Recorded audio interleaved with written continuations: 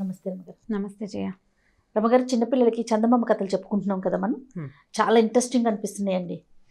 అది చెప్తానికి బాగుంది, వినటానికి ఇంకా బాగుంది నీకు నాకు. సో చందమామ కథ ఇదేలా 2-3 కథలు అనుకున్నాను జయ. ఆహా.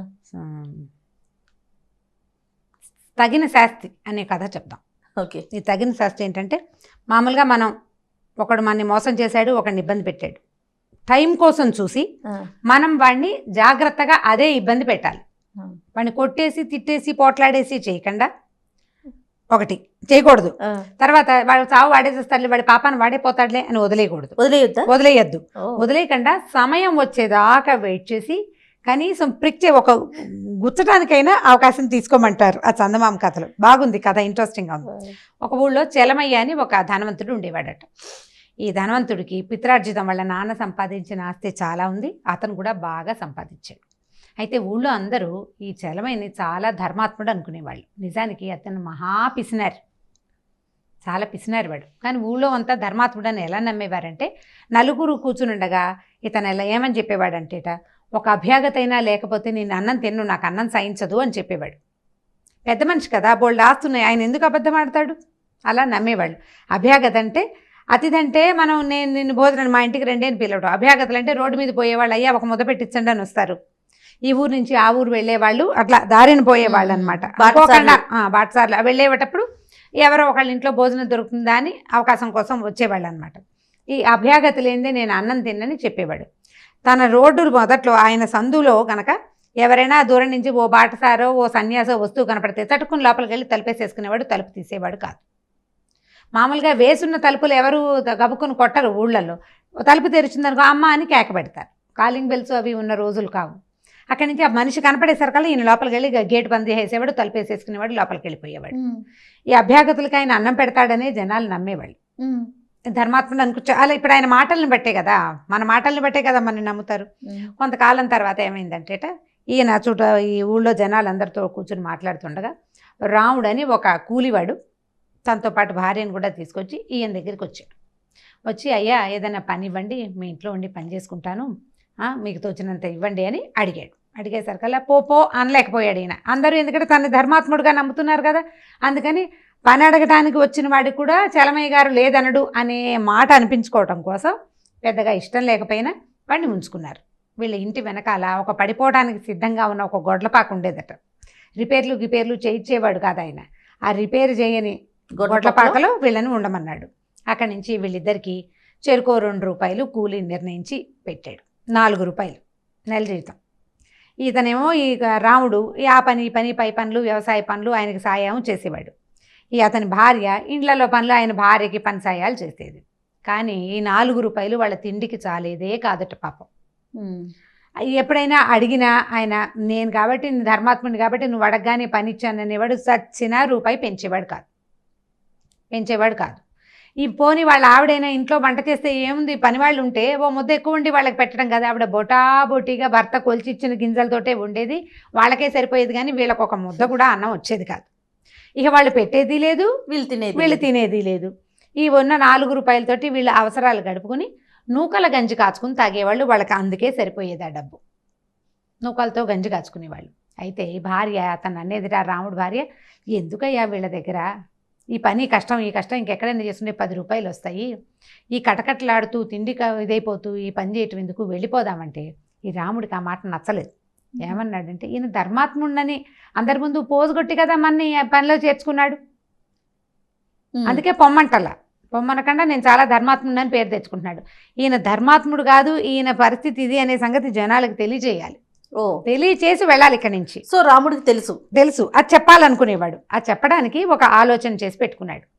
ఏమనేవాట, రోజు భార్యని అన్నాన్ని కూర్చుని, ఏమే పాయసం పట్టుకురా, దాంతోపాటు 2 పచ్చటి పళ్ళు కూడా పట్టుకురా, ఒక చిటికెడు పంచదార ఎక్కువై తీయగా ఉంటేనే పాయసం బాగుంటుంది అని పిలిచేవాడు.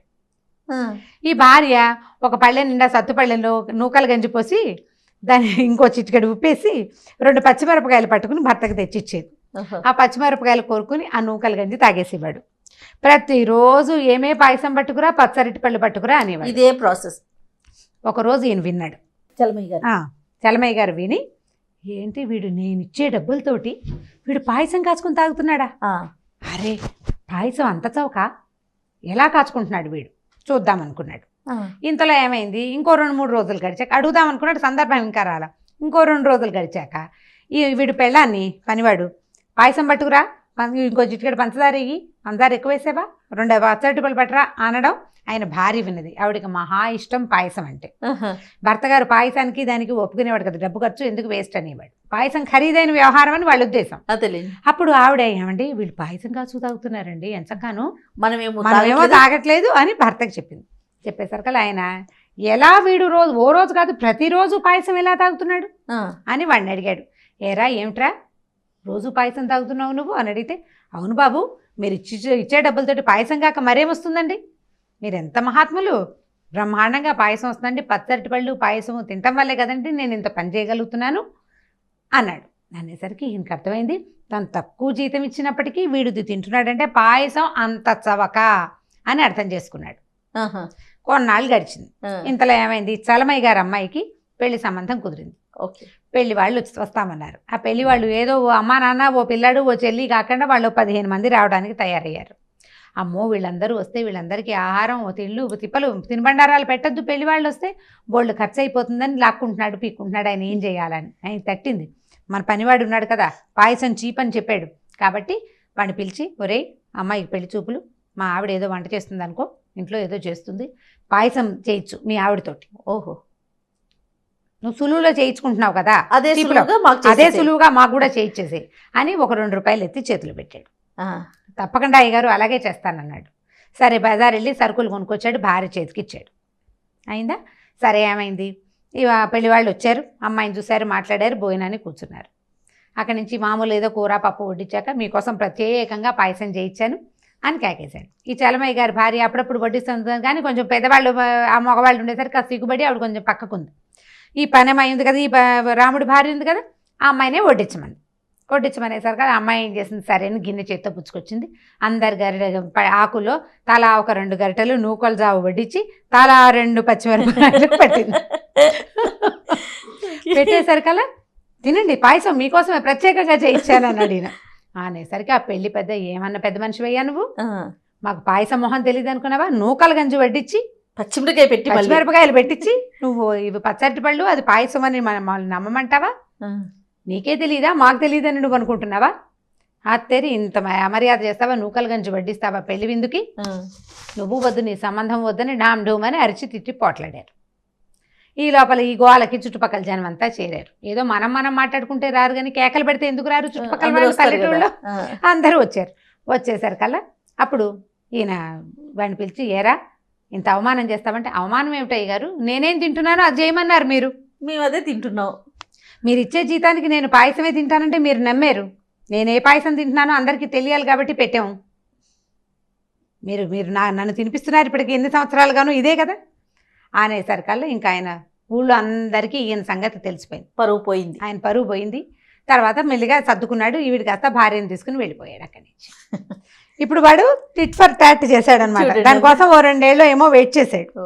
ఈయన సంగతి ఇప్పుడు వీడు అరిచి పోట్లాడాడు అనుకో, ఆయన ఏం చేయొచ్చు, వీడు మా ఇంట్లో ఇవో దొంగతనం చేశాడని వీడిని దొంగని చేసేయచ్చు, వీడిని దుర్మార్గం చేసేయచ్చు, వీడిని దొంగని ఏదైనా చేసేయచ్చు. ఇప్పుడు అట్లా కాకుండా ఆయన పరువు ఆయనే ప్రత్యక్షంగా పెళ్లి వాళ్ళ దగ్గర కూడా బయట వేసేసుకున్నాడు అనమాట. ఆ చేయడం కోసం వెయిట్ చేసి ఈ పని చేశాడు. బాగుంది కదా కదా, చందమామ కదా 70s లోది, చాలా బాగుందండి, ఇంట్రెస్టింగ్గా ఉంటుంది. ఇంకొంచెం బాగా నేరేట్ చేసి నిదానంగా కథ చెప్తే పిల్లలకి ఇంకా బాగుంటుంది, మీకు కూడా ఇంట్రెస్టింగ్ గానే ఉంది, చాలా బాగుంది. సో పిల్లలు చెప్పడానికి కూడా వాళ్ళు నేర్చుకోవటానికి మీరు అన్నట్లుగా ఎప్పటికప్పుడు కక్షలు కార్పణ్యాలు కాకుండా కొంచెం తెలివిగా బిహేవ్ చేయటం. రెండోది నూకల గంజి అంటే ఏమిటి మీకు తెలుసా? తెలుసు రమ్మగారు, లేకపోతే జయకి తెలియదు అంటారు జనాలు. బియ్యపు నూక అమ్మ వాళ్ళు చెప్పేవాళ్ళు, నేనైతే టేస్ట్ చూడలేదు కానీ మా అవసరం లేదు కదా. ఇది వరకు ఏం చేసేవాళ్ళు అంటే బియ్యం బాగు చేయడానికి పని వాళ్ళు వచ్చేవాళ్ళు, చేస్తాం కదా బియ్యం బాగు చేయించుకుంటాం, రాళ్ళు మట్టి పెట్టలేరు, జల్లెడ పెట్టేవాళ్ళు. జల్లెడ పెట్టినప్పుడు నూక కిందకి దిగుతుంది. ఈ నూకని మళ్ళీ శుభ్రంగా కడిగితే ఏమంటే మట్టి గిట్టిపోయి సన్న బియ్యం తాలూకు ముక్కలు, నూకంటే ఏం లేదు రవ్వ అనకూడదు, బియ్యపు నూకంటే మనం ఏమనుకుంటాం ఇవాళ రేపు బియ్యపు రవ్వని నూకగా అంటారు, కొన్ని ఊళ్ళల్లో రవ్వని నూక అంటారు. నూకంటే పూర్తి స్థాయి రవ్వ కాదు, బియ్యం తాలూకు ముక్కలు, విరిగిపోయిన బియ్యం, విరిగిన బియ్యం. దీన్ని సులువుగా జావలాగా కాచుకోవచ్చు అనమాట. 1కి 10, 8 నీళ్ళు పెట్టి జారుగా వస్తుంది.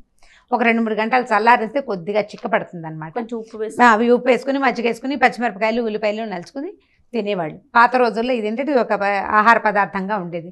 బియ్యం బాగు చేసిన వాళ్ళకి నూకలు ఇచ్చేసేవాళ్ళు. ఏదో పావులో అర్ధో డబ్బులు చేతిలో పెట్టి నూకలు పట్టుకెళ్ళమని వాళ్ళు ఉదారంగా.